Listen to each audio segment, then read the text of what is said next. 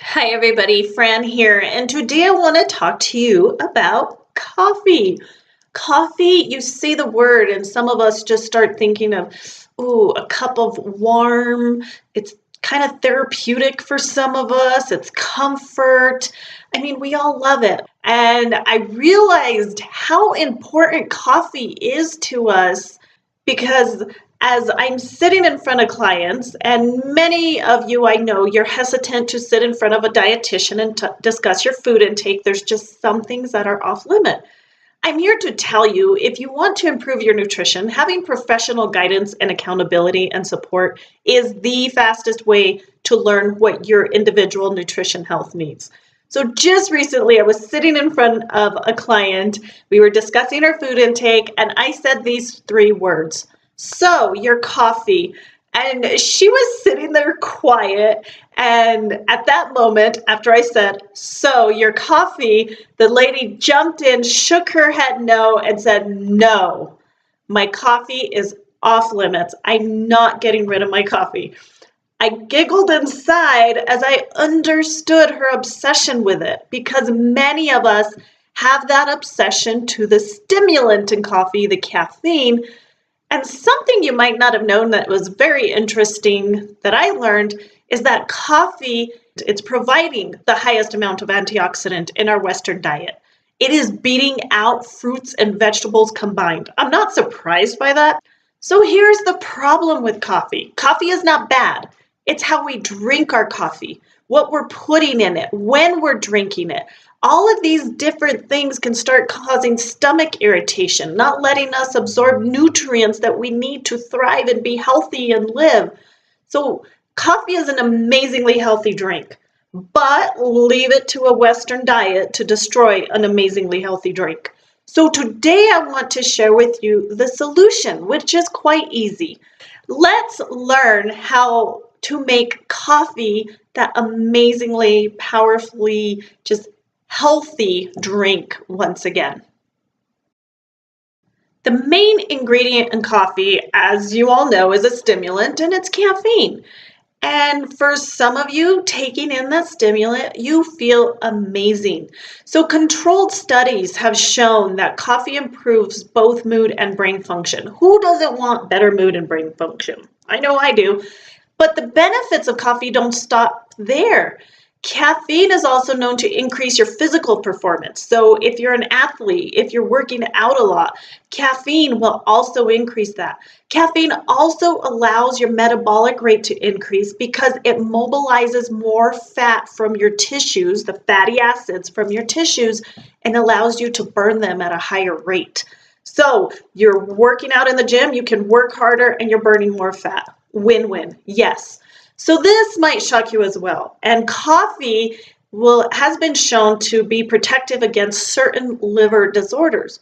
So it has lowered the risk of liver cancer by 40%, and listen to this, cirrhosis by as much as 80%. So many of the nutrients in the coffee bean, it's not dirty water. I know sometimes I'll take a drink of coffee and I'm like, oh, this is motor oil. It's it's so strong. Or I drink it, I'm like, this is dirty water. But there's no such thing as coffee being a dirty water. The final drink has all of these great acids. It has riboflavin in it. It has niacin, potassium. These are all B vitamins, magnesium.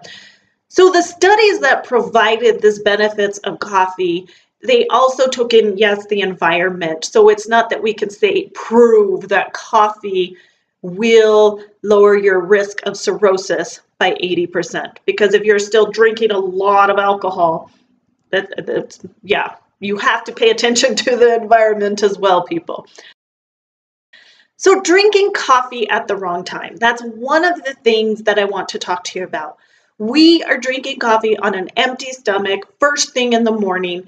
The best time to drink coffee because of the stimulant in it is between 10 and 2. So dumping coffee on an empty stomach before breakfast does not work well for your digestive system. Coffee after 2 p.m. will affect your sleep patterns.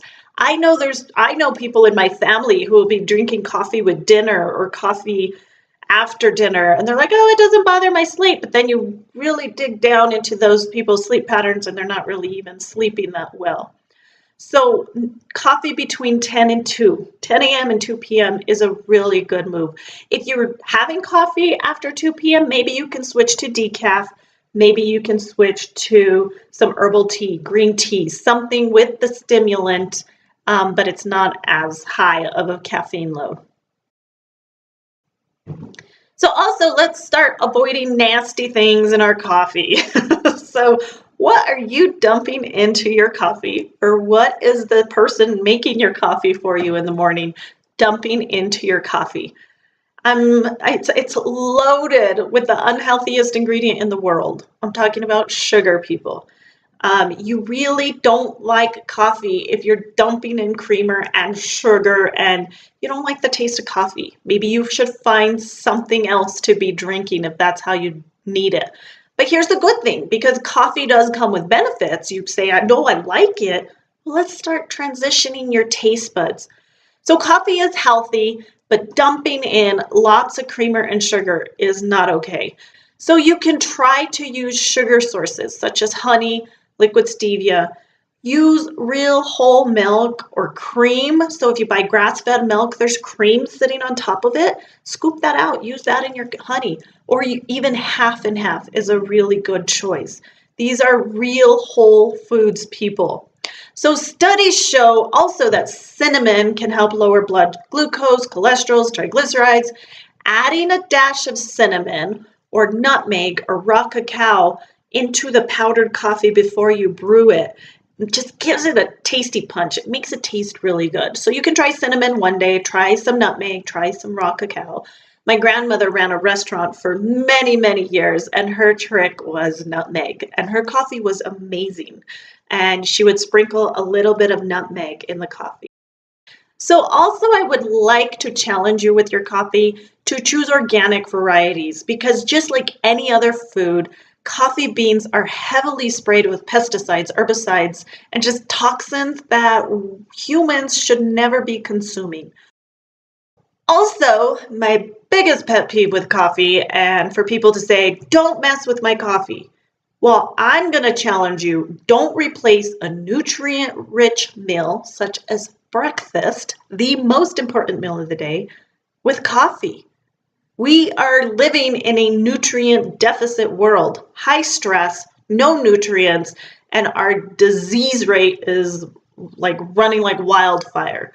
We are not feeding our bodies quality nutrients already. So ditching breakfast and having a cup of coffee, because coffee will get you through the morning. It's a stimulant, it's caffeine. But think about those tiny little tissues and the tiny little cells in your body. You're not taking in nutrients to help them thrive. You're awake and the stimulant is working in you, but your body needs nutrients to thrive. So enough of that, but that is like my number one. Do not skip breakfast and only have coffee in the morning. I want you to figure out what's in your coffee. I want you to drink it between 10 and 2. Try adding a dash of cinnamon, nutmeg, raw cacao. Make it a delicious treat. If you're gonna use sweetener, liquid stevia or honey. And just, again, do not ditch a healthy breakfast for coffee. Even if you're drinking the hyped up bulletproof coffee, that's not breakfast either. So there you have it. Coffee is healthy for us. It has lots of antioxidants. It will help our mood. It helps our brain function. It helps our performance. It's good for us. But what we're putting in the coffee and how we're drinking the coffee is making it pretty terrible for us. If you are watching this anywhere other than Willpower Blueprint, head over there for more great tips and strategies and leave a comment. Let me know what you find in your coffee. How are you drinking it? Whatever you're doing, I would love to hear from you. Make it a healthy week, everybody. Bye for now.